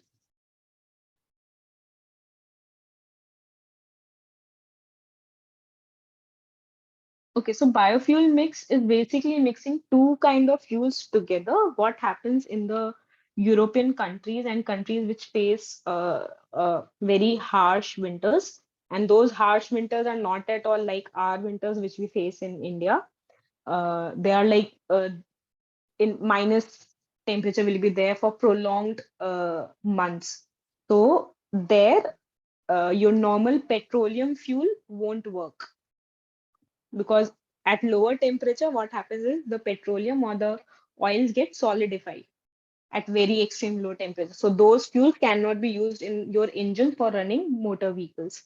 So we use mixture of different fuels which stay liquid at such a low temperature so that your vehicle can actually work. It's a very basic idea about biomix fuel. So we will look at the next question. I have already gotten some answer, I guess. Yeah. Identify the process from the schematic diagram given below.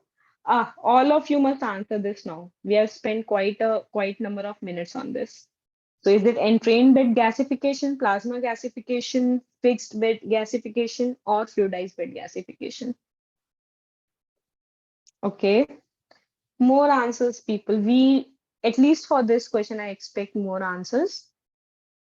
Other people, please also join in giving answers. Yes, thank you to all the new participants. Yeah. Yeah, obviously, I don't think that we need to discuss much on it. It is plasma gasification.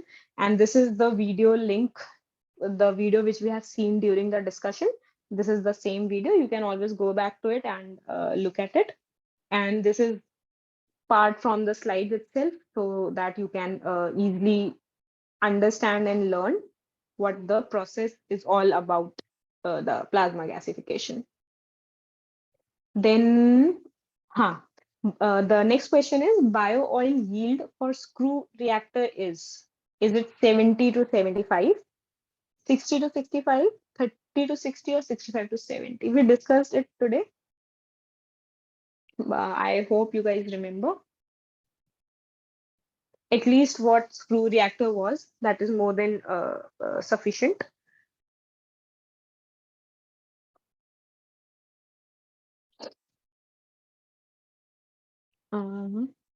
Okay, I have some answers. Well, I don't know. I guess. No worry, Divyam. You can always guess. This is not gonna affect your final exam. So everyone should at least give it a try to everything. Yeah, 60 to 65. Few more answers.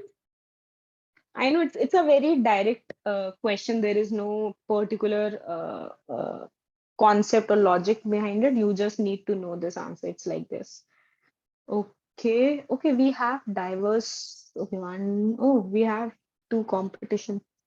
Let's see. The answer is 30 to 60%. No worries. It's okay.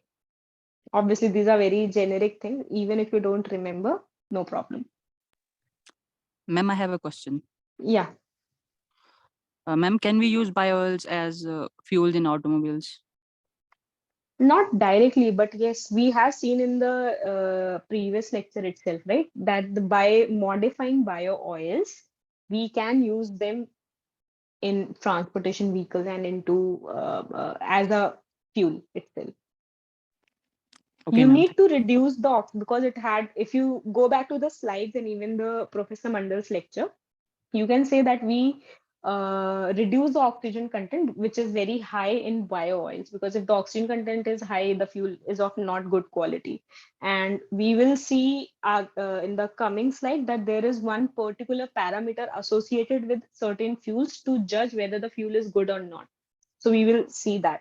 But bio oil, yes, we can use them as a fuel, but with some pre-treatments or treatments.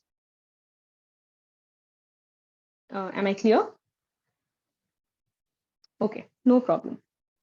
Okay, our next question is, which of the following method of methanol synthesis employs homogeneous nickel catalyst and oxide in an organic solvent? Is it methyl formate formation method, Brookhaven National Laboratory method, both the methods, or none of these?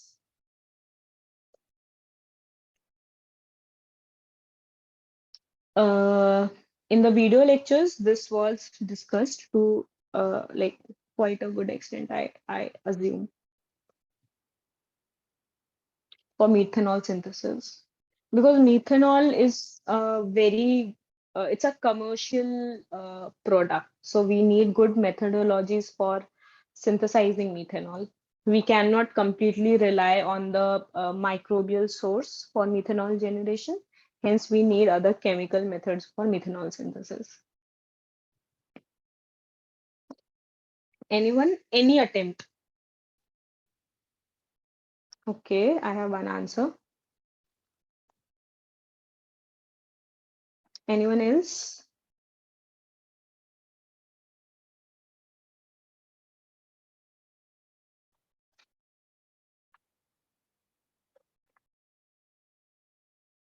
Okay, well, the answer is Brookhaven National Laboratory method for methanol synthesis. If you don't remember, you can always go back to the slides and the lecture where it was discussed. This is a special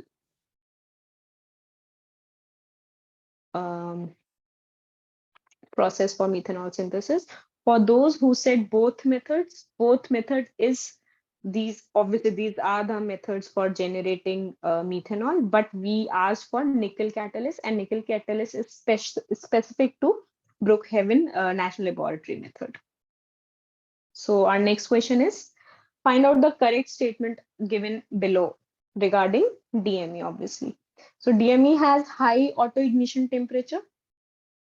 DME has very high cetane number. DME has low oxygen content. And last, DME has very high particulate emission. Even if you don't know the direct answer to this question, if you know some of the characteristics of bio oil, which we have discussed today, you can easily answer this question or at least attempt this question. Okay, I have certain answers. Okay. Okay. Few more attempts.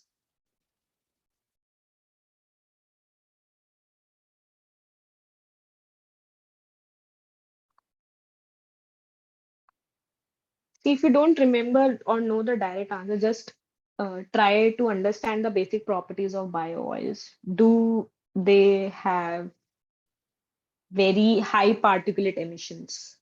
Is this the reason why we are switching from fossil fuel to bio oil? The correct answer is DME has very high cetane number. No, Divyam, the D is not the right answer. See, if it has a high particulate emission, we won't switch to DME as a fuel, right? Because this is the problem we are facing with the current fuel, that it is generating very small ppm particulate matters, which stay in the air and it goes in our lungs when we inhale that polluted air, and they are causing some very severe respiratory diseases. Hence, DME does not have very high particulate emission because it's a bio oil. And if you do not remember, we can go back to this slide and look it at here. For your general information, I don't know whether you know about cetane number or not. So cetane rating is basically a rating criteria for guessing or measuring the quality or performance of a fuel. The higher the number, the better the fuel burns within the engine of a vehicle. The cetane number is similar to the octane rating in that it is a rating assigned to a fuel to rate the quality of its combustion. The difference is that octane rating rates gasoline, whereas cetane rates diesel. Just as higher performance gasoline vehicles require fuels with a higher octane rating, high performance diesel vehicles require fuel with higher cetane rating. It's a very generic thing. It's a very normal rating to know if you are looking for fuels in very general manner. So our last question for today is, syngas feed is characterized by R value, right? And R value is given by this. The desirable R value for methanol synthesis is it 4, 3, 2, or 1? And for this question, I want you guys to write the option number, whether it is A, B, C, D, not 1, 2, 3, 4, because it's going to confuse us all.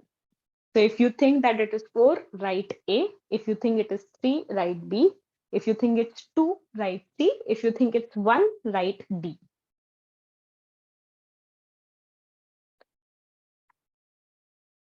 Okay.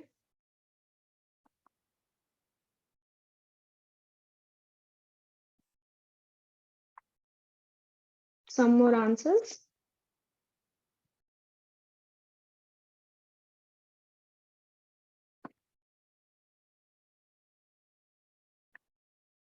Okay, nice. Yeah.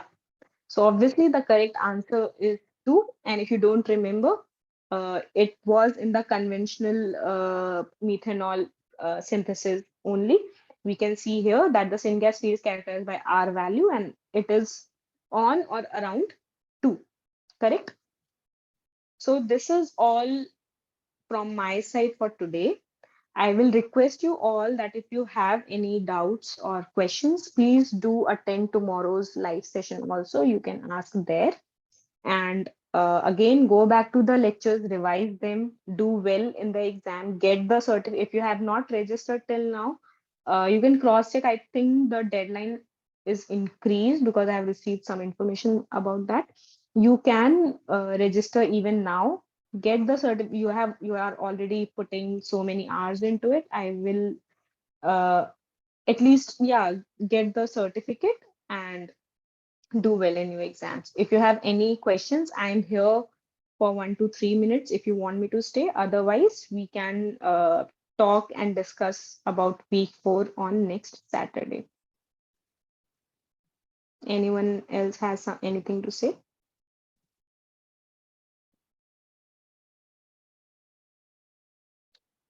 No worries. No. You don't need to thank me. It's completely fine. Thank you all for your patience. And yes, if you want to go, you can leave the meeting.